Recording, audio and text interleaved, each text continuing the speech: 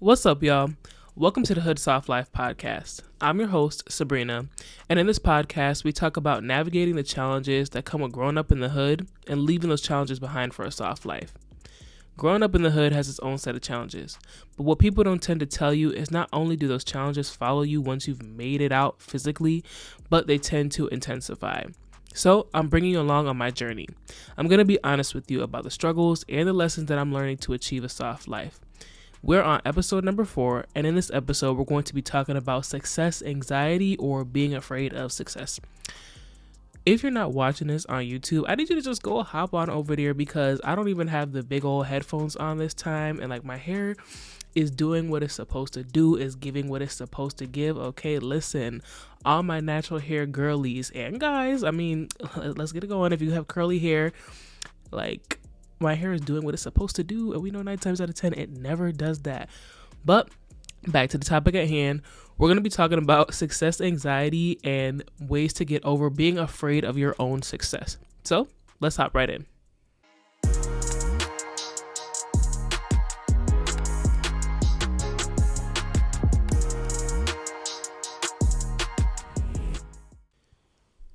Everybody has a goal. Everybody has a goal. Everybody has a dream. I've never spoken to somebody and they didn't have some sort of goal in mind.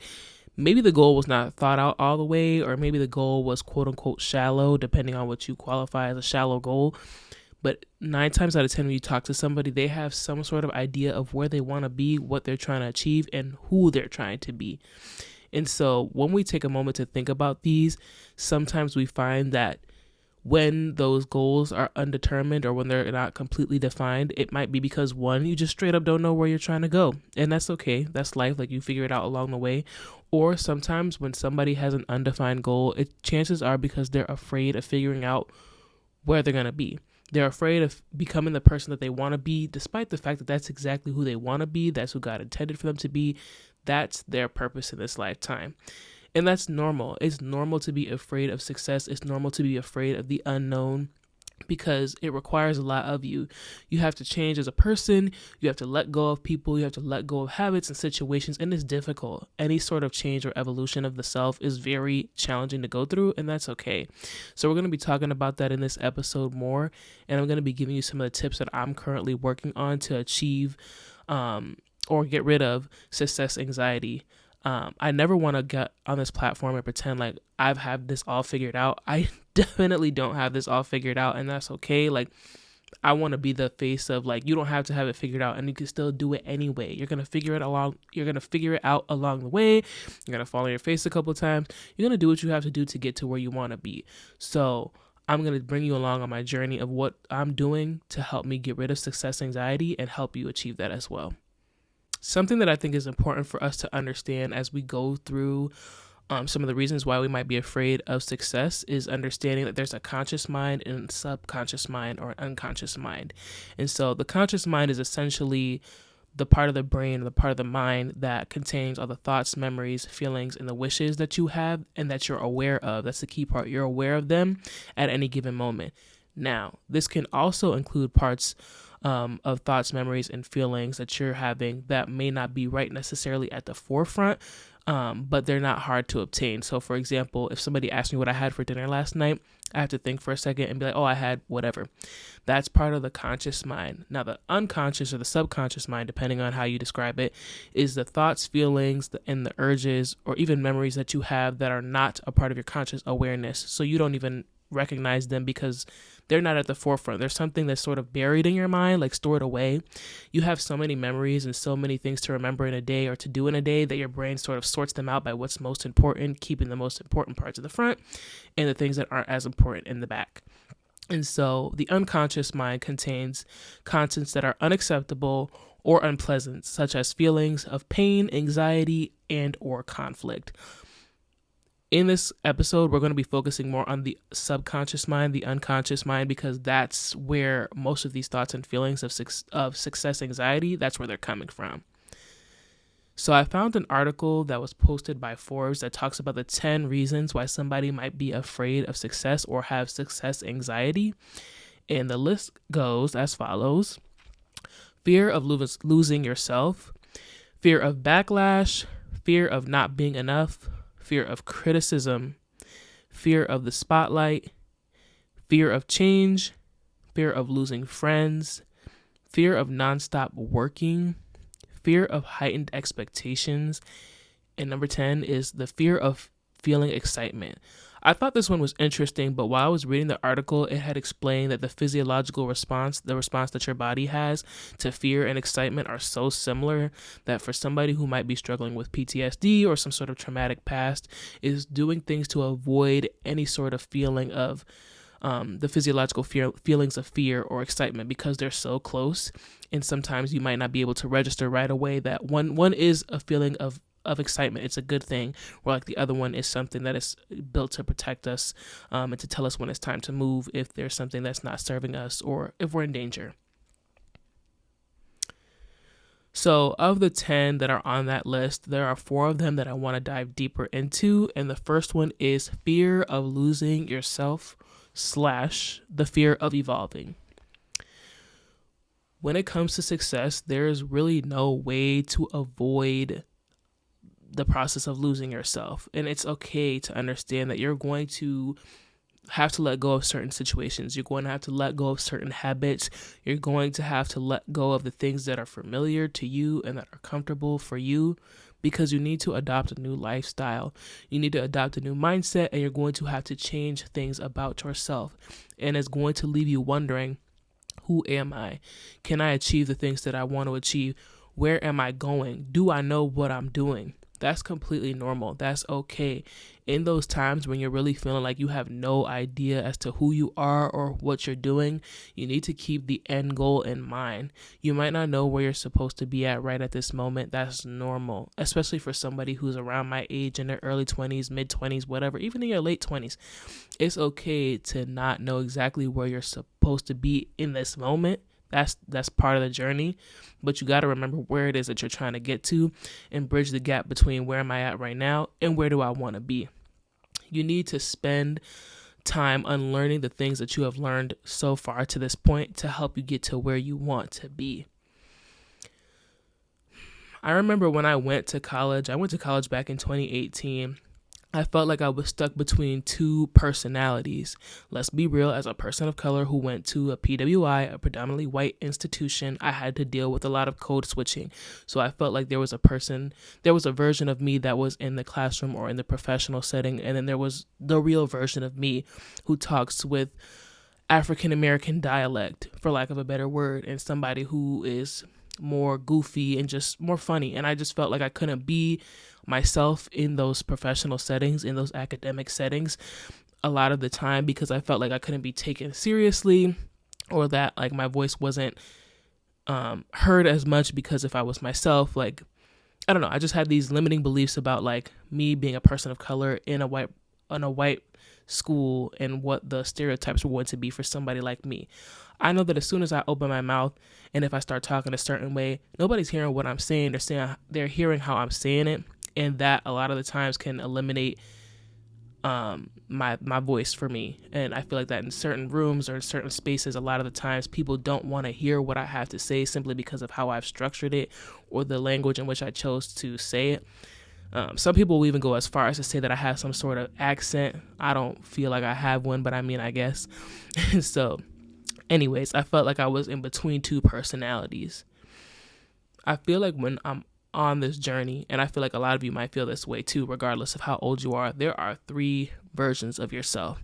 And in my situation, I feel like there's the version of myself that I was before I left to college, those 18 years that I spent living in the hood, living in Hartford, and who I was there. And that was the person who was mentally unhealthy, physically unhealthy, had a lot of limiting beliefs about money, about success, about all the things that are positive. And then there's this version of me right now that's in the middle, who is trying to figure out who I want to be, where I want to be, what do I want to do, and starting to find a way to live in that truth. And then there's the version of me, the version that I want to become, the mother I want to be, the wife that I want to be, the business owner that I want to be. And I'm trying to figure out how can I get this middle version of me to the end goal as quickly as possible. And the best advice I can give to myself and to other people is to just relax. And for somebody like me who's constantly worrying about it, that's hard advice to take. I'm not going to lie. But you're going to get to the end goal. It's going to take time, and enjoy the journey. The most important thing that I could definitely advise to you is to acknowledge that you're going to be on a path that's not linear at all. Like, it's not going to be like, boom, you're done. No, there's going to be ups and downs.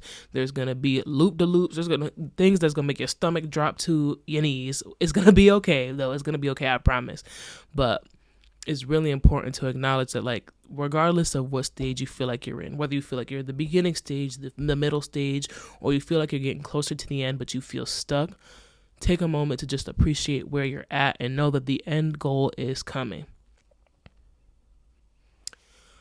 I can be honest enough to say that while I'm on this journey, there have been plenty of points where I felt like I had no clue who I was at all anymore. And it was because I was letting so many people go. I was letting go of so many habits. I was letting go of so many situations that were familiar to me, even though they weren't serving me. Those were familiar to me. That's all that I knew. And so when I started letting go of those things, I was trying to figure out, like, well, who am I? Who am I now that I've let these toxic people out of my life?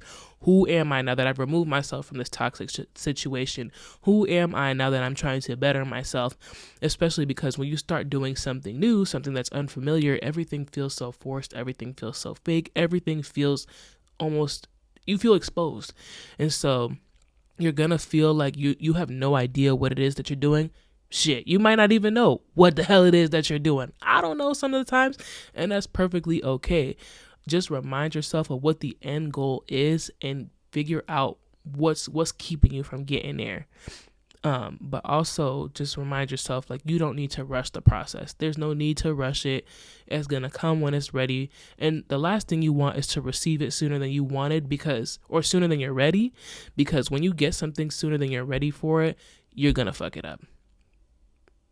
You're going to fuck it up. And that's okay. But if you do get to a point where you get something sooner than you were ready for it, and you fuck it up, you fumble the bag, you drop the ball, that's okay. Pick yourself up and start over again. And now you know, maybe I shouldn't rush this process because I done messed it up for myself. I want you to know that you're going to get to whatever it is that you're trying to strive for.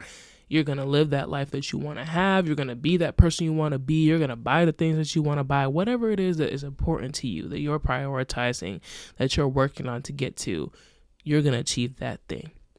Some of the things that I've been doing or that I'm working on, because I'm not perfect and I'm not trying to pretend to be perfect. I'm never going to be perfect. I can accept that. But some of the things that I'm working on and some of the things that I'm doing include prioritizing time by myself, spending that time alone. I'm journaling through the process, and I'm acknowledging all that I've been through. I'm giving myself my flowers for the things that I'm going through. And I just want to go through each of those things in depth. If you're watching this on YouTube, I got my iPad. I need to scroll through my iPad. That's just how I do things. But prioritizing spending time alone. Sometimes this is going to be difficult. It's hard. It's hard for me to spend time alone. Sometimes it's because I don't want to have to come face to face with some of the hard truths that I need to address, that I need to acknowledge. It's sometimes like I just get wrapped up in my own little world. I love talking to my friends. I love spending time with them. I love being around them in their presence. But it's important for me to find some time to spend alone with myself because I really want to get to my end goal. I'm not trying to rush it though, but I want to get to my end goal. And I know that when I prioritize that time by myself, I'm going to get there. I'm going to get the thoughts that I need. I'm going to get that flow of creativity for this podcast. I'm going to get that flow of creativity for the type of life I want to have. And so something that I've been doing that really helps me spend time alone is prioritizing going to the gym as much as possible. I like going to the gym because I talked about this in a previous episode. I do struggle with anxiety. And so going to the gym is the only place that I've found that allows me to spend time alone, work on myself, and I don't feel the racing thoughts all the time. I don't feel the physiological response of like my heart racing and shortness of breath in a negative way. So I like going to the gym because it allows me to prioritize myself, my health. Health is wealth, and really just acknowledge that like this is the one place that I don't feel anxious all the time. I don't feel wound up all the time. If you're somebody who is struggling with anxiety or even just racing thoughts. Maybe you don't have anxiety, but you have the racing thoughts. I would highly suggest doing some sort of physical activity, whether that's going to the gym, whether that's taking a boxing class. And let me know if you find a boxing class because I'm trying to sign up. Whether that's taking a walk, do something, some sort of physical activity by yourself. I would recommend doing it by yourself. Spend that time alone, put on some music, put on a podcast, and just really enjoy the moment. You'll find that when you're moving your body and when you're listening to something, like when you're listening to a podcast or when you're listening to music, be mindful of the music, okay? Don't be out here listening to that new Nicki Minaj diss track, okay? Don't put that on, but be mindful of what you're listening to. When you're moving your body and you're listening to something that relaxes you, everything seems to just fall off your shoulders. And I'm not trying to glamorize it. For some people who are starting off, like, it's going to be difficult. It's going to be hard. But you need to find a thing that works best for you. Maybe it's not even physical activity that works best for you. Maybe you like to cook by yourself, and that's the thing that gets you to relax, or that gets you to spend time alone, and you can enjoy it without that anxious feeling of, I need to call somebody, I need to spend time with somebody, I need to do something with somebody right now, and if I don't have somebody to do it with, I don't know what I'm going to do. Find the thing that you can enjoy doing regardless of whether or not there's people around, and do that thing. When you're spending that time alone, it's really important to think about how you're going to tap into yourself. So I did talk about like doing the things that you love. If that's cooking, do that. If it's playing music, do that. Again, be mindful of the music. But if it's playing music and just close your eyes, do that. If it's going to the gym, do that. If it's taking a walk, do that. Whatever it is that's going to allow you to prioritize, one, spending the time by yourself, and two, tapping into yourself, something that's going to give you the space to be like, okay, let's have some sort of check-in. Let's do some sort of like mental take of where we're at. Are we happy with where we're at? No. And if we're not happy with where we're at, what do we want to do next about it? The next thing I would suggest is definitely journaling through the process. You'll find that a lot of the things that I suggest throughout this podcast are very repetitive. These are the things that are working for me, and these are the things that I find work for a lot of people. They may not work for you, and that's fine. If you find something that's different that works for you, please let me know so that, one, I could try it, and two, I can suggest it to people who maybe these things aren't working for them. This is just not their thing. But journaling through the process really helps you get your thoughts out on paper. Even if you can't say these things out loud, try putting it on paper first. Light that shit on fire once you're done. If you feel like you don't want nobody else to see it, do what you gotta do, but get it off your chest somehow, some way. For me, there's something therapeutic about writing it down on paper, even if I never look at it again, because it's like, okay, we thought about it, we thought it through, we expressed the feeling, we expressed the thought. It's in our conscious mind now. What am I going to do about it? I may not like where I'm at right now. I'm going to write about it. I'm going to get it off my chest. Right now, it's in the conscious mind. It's in the conscious mind for me. And so now I'm thinking about it more consistently. Okay, like I have feelings of like unhappiness when it comes to where I'm at, what I'm doing. Maybe it's who I'm spending time with. Not for me, because I love my friends. Shout out to my friends. But I'm unhappy with where I'm at. I can be honest about that. What am I going to do to get to where I want to be? And so I'm thinking about that more often. I'm closing my eyes and imagining where I want to be and figuring out what are the steps that's going to get me to where I want to be.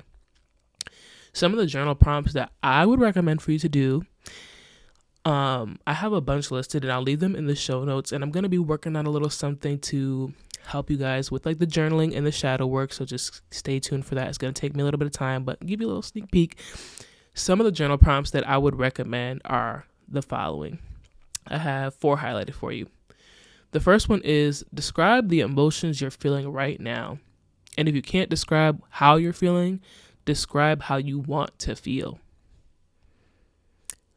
When you close your eyes, imagine your future. What do you see? Where do you live? What do you wear? What do you do for work? Are you happy? How would your closest loved ones describe you? And what do you need more of in your life? Listen, when I found that one, what do you need more of in your life? I'm like, trips, honey, trips, vacation. That's what I need more of. sometimes you're going to find that journal prompt or that question that strikes you and you're going to be like, oh, this is the one. That was it for me. But number 3 is reminding yourself of the end goal. Regardless of how you do it, please do it. I don't care if you make a vision board, if you watch inspirational videos every morning while you wiping the crust off of your eyes, getting ready for that job that you most likely hate, whether you're daydreaming, whether you make content just for yourself. Nobody said you had to post the content, but if you love making videos just because it's fun for you, you don't really care if anybody else sees it, do that. Find a thing that's going to help you remind you of what the end goal is, because think of it like a New Year's resolution, right? We make these New Year's resolutions at the beginning of the year. We're hyped up. We're like, yeah, I'm finna get in a gym. Yeah, I'm finna start eating better. I'm going to start saving money. I'm going to do this, that, and a third, whatever it is.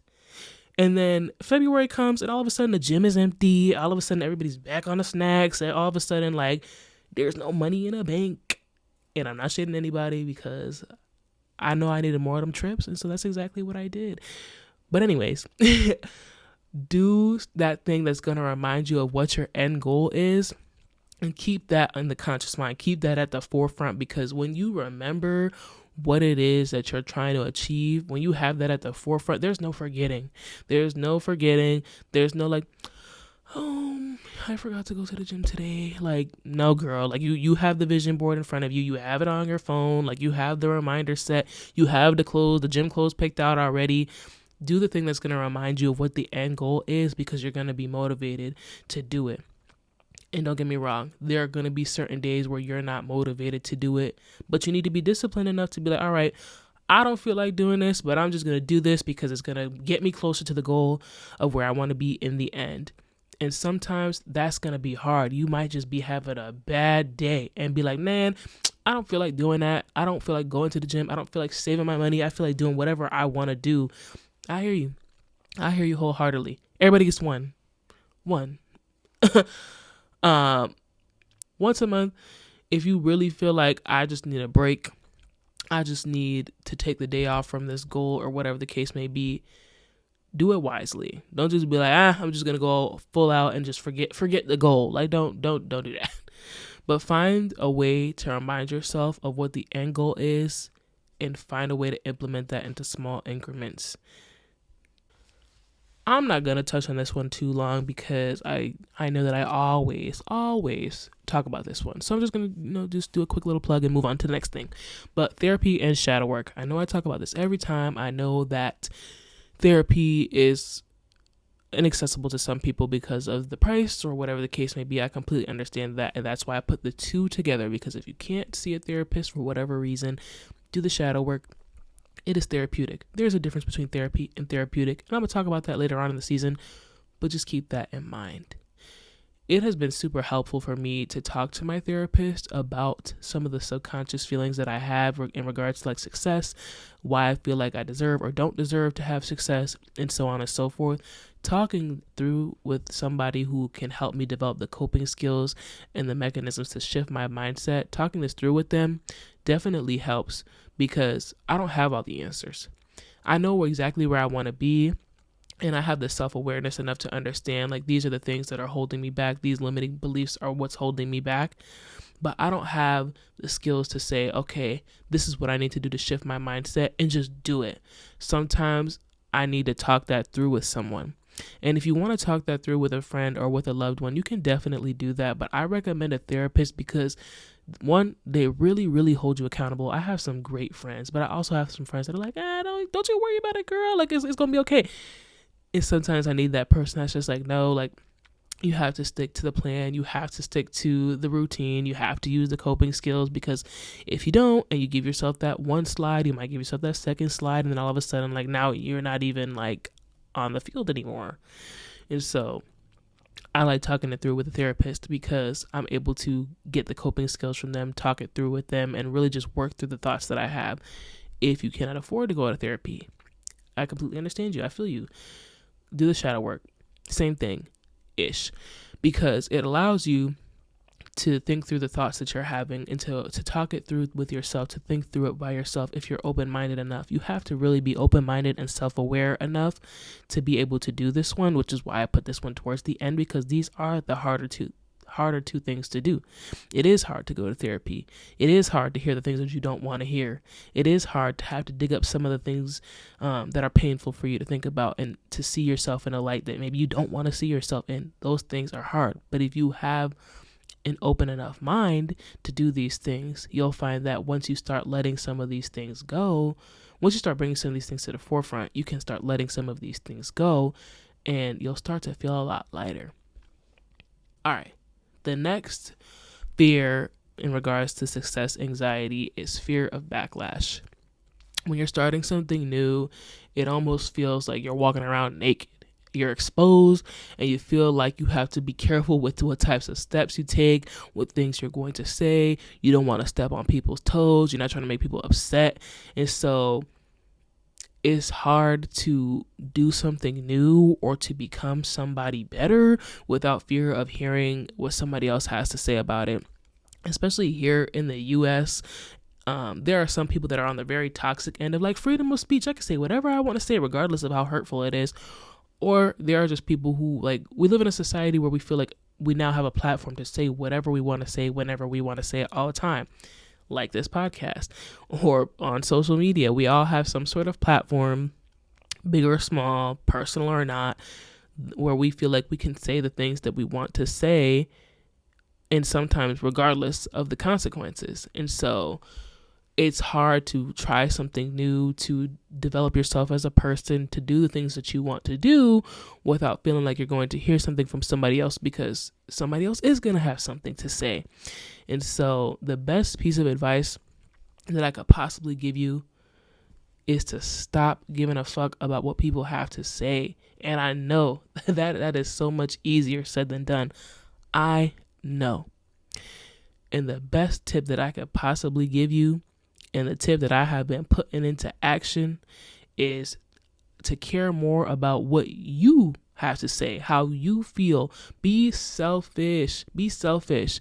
Don't get me wrong. There's a certain level of selfish that is definitely negative, but be that sort of like positive selfish. Essentially, like, be in that element of toxic positivity. I'm going to put myself first in regards to like when this job is done, I'm packing it up and I'm out the door. I'm going to put myself first of I'm going to hold off on making this phone call to talk to my friend and go to the gym first and put myself first. I'm going to put myself first and work on the thing that I want to achieve, the business I want to achieve, the content I want to create, the degree that I'm going after, whatever it is. I'm going to make sure that that's the first thing that I do when I open my eyes, when I close my eyes. I'm putting that first, because there is nobody rocking for me harder than me, number one.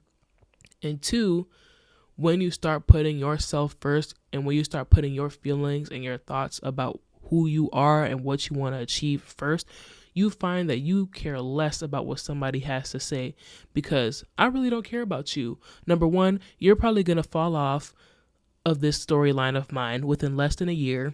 You're not the main character. I'm the main character, number one. And two, you're going to fall off. Your storyline's going to die at some point, and you're not going to be here long term anyways. But you know what's going to be here long term? The regret I'm going to feel if I don't achieve the things that I wanted to, because I let you say that I couldn't, or because I let you say something to me. Like, nobody asked you for your opinion, in all honesty. Nobody asked you for the negativity. If you have a specific goal or desire that is weighing on your heart, it is weighing on your back so much that you got 70-year-old back pain. If you feel that desire and that burning passion to achieve whatever it is, you want to bake cakes, bake them cakes. You want to start lifting weights and going to the gym, do that thing. You want to start creating content, create your content.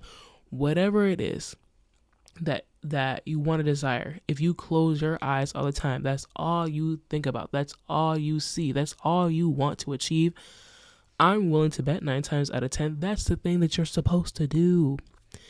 That's probably the thing that you're supposed to do. I remember I talked about this in another episode, and I like to bring this up as much as I can. I remember watching a video that said that if you close your eyes and you imagine yourself doing this thing on a consistent basis, it's all you think about and it's all that you want to do, chances are that's the purpose that God has placed you for. Again, please be reasonable with it. Don't be trying to use my Lord and Savior, your Lord and Savior, if you believe in God, to do the things that you know you're not supposed to be out here doing, okay? He doesn't want you to be with that toxic partner. He doesn't want you to be at that toxic job. He doesn't want you to do that toxic thing, whatever it is. So just keep that in mind. And so if you have something that's weighing on your heart that you know that you want to do, and you're afraid of doing it because you're worried about what people are going to have to say, start being selfish. Start worrying about what it is that you're going to have to say, how it is that you're going to feel if you don't achieve that thing.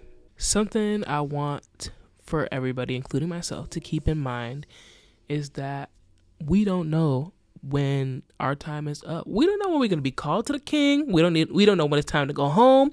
We don't know. There are so many people that die suddenly and tragically, and that's such a shame. That's such a tragedy, because it's like, you don't know when you're going to go. You don't know if you're ever going to be able to achieve the thing that you want to achieve because you're procrastinating, you're putting it off, you're worried about what somebody's going to have to say.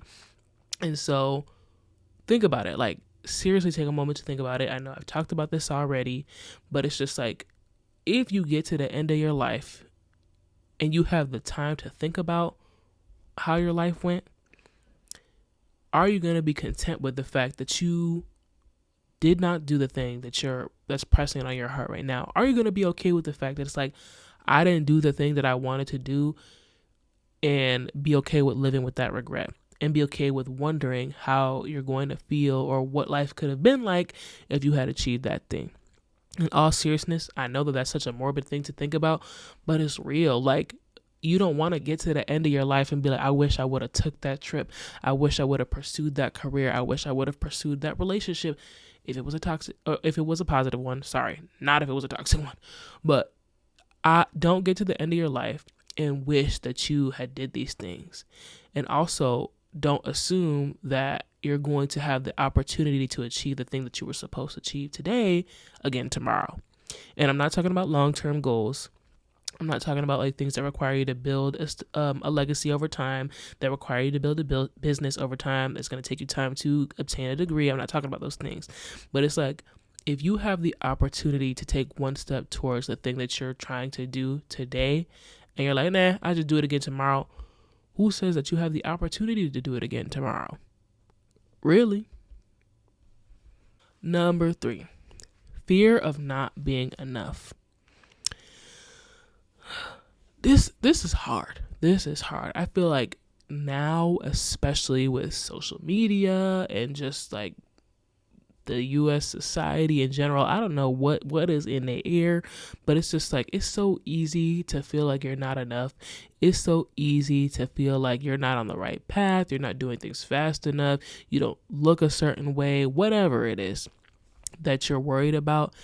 In regards to not feeling enough, it's so easy to be validated by that, because if you have access to the internet and you have a smartphone, you're going to get on that thing and see people doing the things that you want to do, that you don't feel like you're enough for. And then you're going to be feeding into that. Like, I don't feel like I'm enough because look, I'm not even there and this person is there already.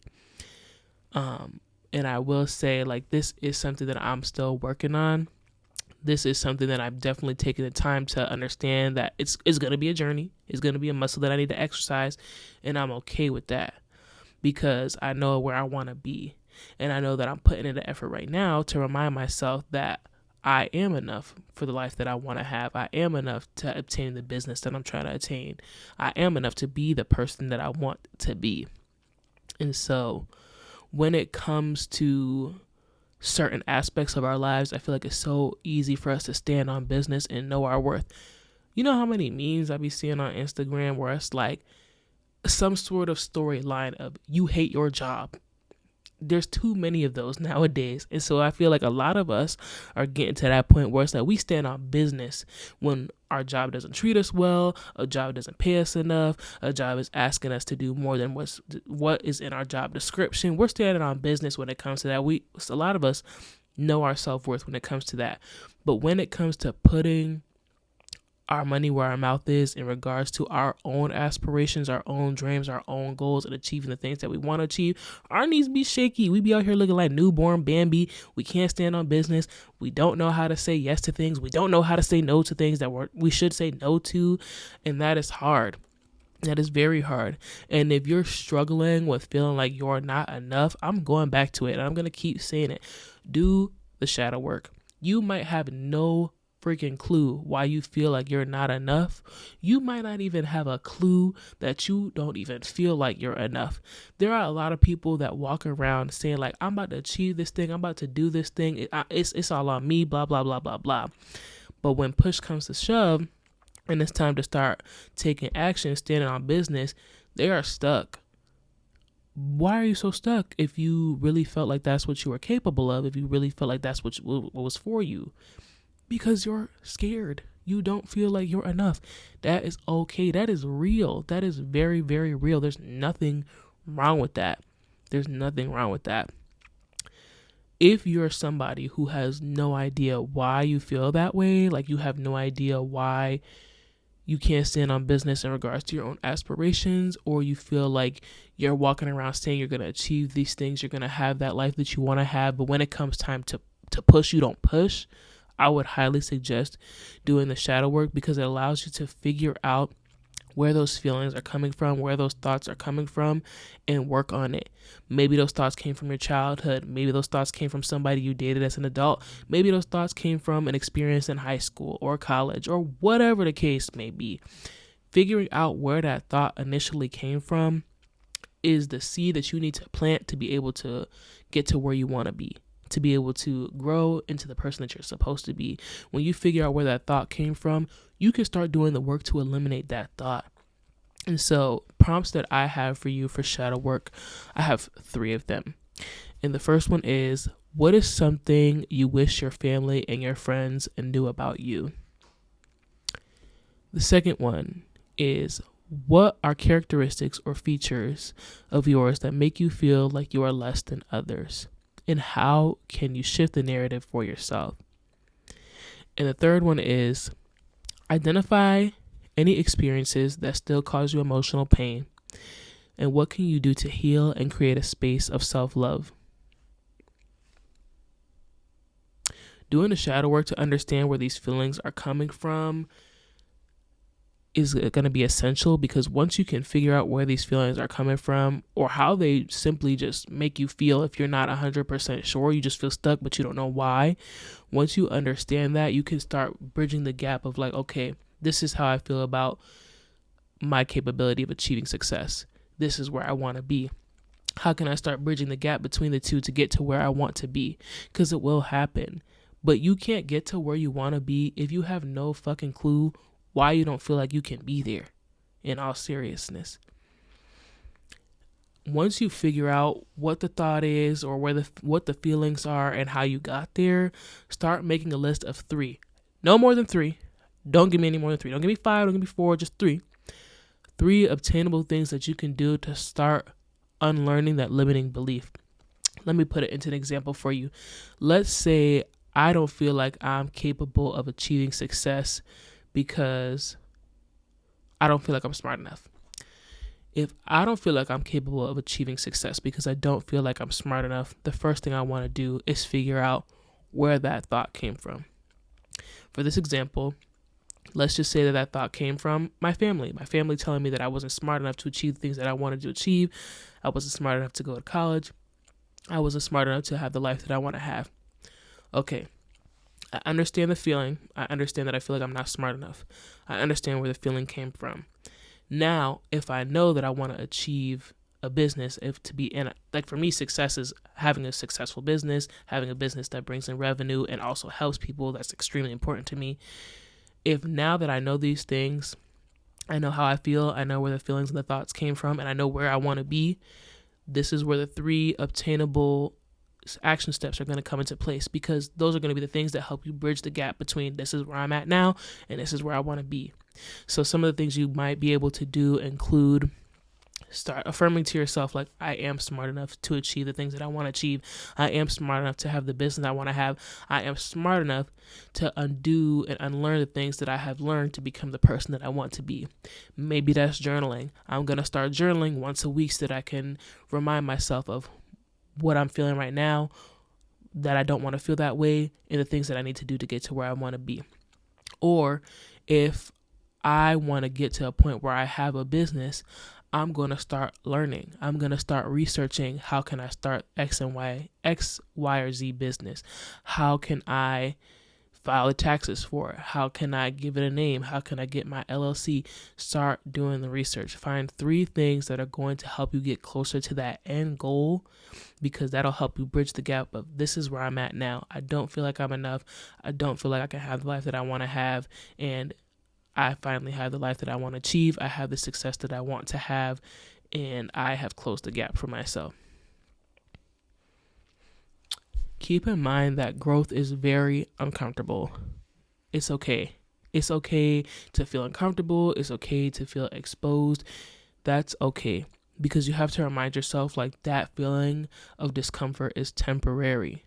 You're going to get to a point where it's like, you don't feel this way anymore. This is natural for you. It's natural for you to affirm the positivity onto your life. It's natural for you to grab that journal once a week. It's natural for you to do that hour of research a day or a week, however often you want to do it. Those things become natural to you. Push yourself through the discomfort because you want to get to where you want to be. You have to decide which level of discomfort you're willing to take. Are you going to be uncomfortable temporarily to get to where you want to be, or are you going to live in a constant and persistent state of discomfort because you're not achieving the things that you want to achieve because you have this baggage, this limiting belief weighing you down? Which path are you going to take? I can't choose for you. You have to choose for yourself.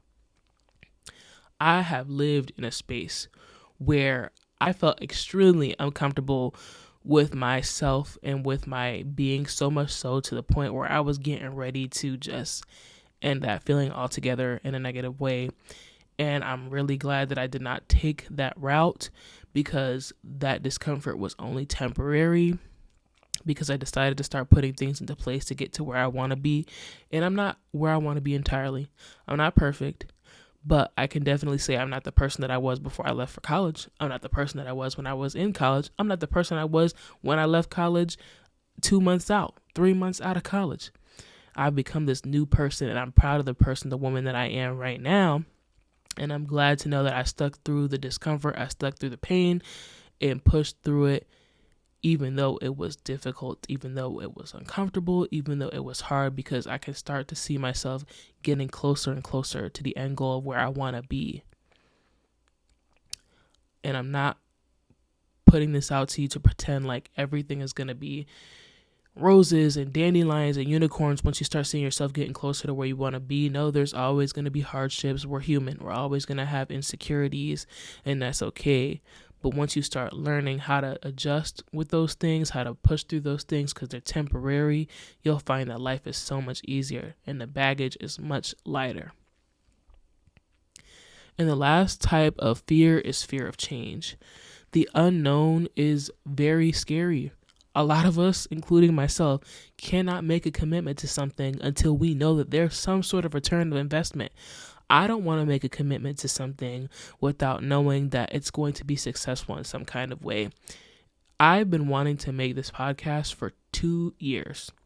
It started off with a different name. It started off with a different purpose. And it was going to be on a completely different platform. I didn't even have a podcast in mind, but I had this idea in mind of I wanted to be able to use my story and my journey to help people. But I was so afraid of not knowing that what the end result was going to be, if it was going to be helpful, it was going to be successful, that I didn't make any movement. I was afraid of the change that I was going to have to commit to with no sort of understanding of what my return of investment is. And at some point I just had to be like, this is a thing that I know that I want to do. This is a thing that I know will serve people in some way, shape, or form, whether it's how I intended or something differently. And I just want to be able to do that. And so you have to be willing to say, like, I'm going to make the change regardless of knowing what my return of investment is going to be. Because if you hold on to that and feel like you're entitled to know how this is going to turn out, how the change is going to turn out every time you make a change, you're never going to change. We don't know what's going to happen in the future. We don't know if this is going to work out. We don't know if that relationship is going to work out, if that business venture is going to work out, if this job is going to work out, if this podcast is going to work out. We don't know. But if we don't even try, what is the point? What is the point? What if it does work out, but you're steady sitting on your phone, playing around, scrolling on Instagram because you don't know what's going to happen? We're not entitled to an answer. For those of us who believe in God or have some sort of religious faith, we know, and maybe it's a hard pill to swallow, it is for me, but we know we're not entitled to an answer. We're just supposed to go about our purpose and do our thing and go through the journey, and that's okay. We'll get the answers once we put in the work. But if you put in the work, why on earth would you feel like you're entitled to an answer? But the two best tips that I would give to somebody is to assume that the positive is always going to be the outcome. And I know that this can be very tricky, because if you set yourself up for believing that the success is going to come your way and then it doesn't come, you're going to be disappointed. But you got to work on reframing your mindset to understand that, okay, like I expected this outcome. And you can have that moment where you're like, why didn't it happen? And like, I thought it was going to be this way. That's going to be normal. I'm not even going to tell you not to do that. That's so normal. That's okay. Once you get past that point, you need to be able to sit down with yourself and just say like, okay, it didn't turn out the way that I wanted to. We didn't get to the route that we thought we were going to get to. And that's okay. Understand that sometimes you're delayed and you're not denied. Or maybe you're denied, but it's because it's for a new route. Understand that like, okay, we didn't get to where we wanted to be, but we're still going to get somewhere closer. Or there might be something better that we haven't even thought of yet. Start looking at closed doors as an opportunity for something better or for something different that never would have crossed your mind, that is just as fulfilling, that makes you just as successful regardless of what type of venture it is you're doing, whether that's personal, academic, career-wise, whatever the case may be. The other thing that I would recommend to you, the second tip that I want to give, is to acknowledge and appreciate all the changes that you're going through along the way. For a long time, I could not do this. I couldn't even think of something positive I had done because I was so stuck on the grind. I was so stuck on the hustle of like, I'm trying to be here and I feel like I'm all the way over here. I feel like I'm out the camera frame, really. And so I feel like at that point in time where I couldn't even come up with the positive things that I was doing, I was just so focused on the negative. I was so focused on why am I not here? Why am I not making the money I want to make? Why don't I have my business? Why this, that, and a third? Even if I am putting the effort into those things. And when you don't take the moments to give yourself your flowers, when you don't take the moments to appreciate and acknowledge the changes that you are making, it'll never feel like enough for you. You're never going to feel like you're enough for the things. You're never going to feel like you're going to get there because it just constantly feels like you're on this long stretch of wind, this plateau of like, there's nothing to celebrate. But there is something to celebrate. If you've taken the step to get closer to where you want to be, there's something to celebrate. If you're trying to start a clothing brand and you have finally taken a moment to open up Canva or whatever it is that you use and design your graphics, that is something to celebrate. You've got yourself one step closer to where you want to be. If you're trying to start a clothing brand and you finally picked out the fabrics that you want to design your clothes with, that's something to celebrate. You're getting closer. You're putting in the effort. There are so many of us that get stuck in analysis paralysis. We're paralyzed by the fact that like there's 1,000,001 things to think about in regards to starting this clothing brand, and I had to pick out the colors and pick out the fabrics, and I had to pick out the designs. So many of us get stuck in analysis paralysis that the dream is dead before we even make any moves because we have now killed it ourselves. But for the people who are putting in the work and who are getting one step closer, be proud of yourself. There's something to celebrate. When I made the trailer for my podcast, I cried like a baby. I can't even lie, because it was something I had thought about doing for years, and I was stuck in analysis paralysis. I was killing it every single time, killing the thought of even doing this because I just felt like there's a million and one things to do. I don't know how to do them.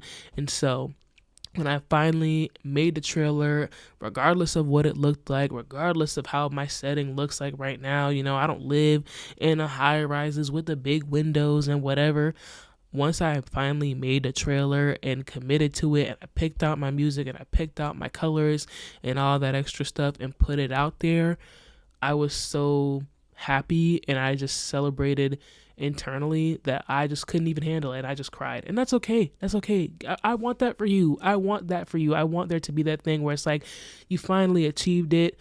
You finally got to where you want to be, and all you can do is just cry and happy tears and be grateful and appreciative of the fact that you took the step to get to where you want to be. I want that for everyone.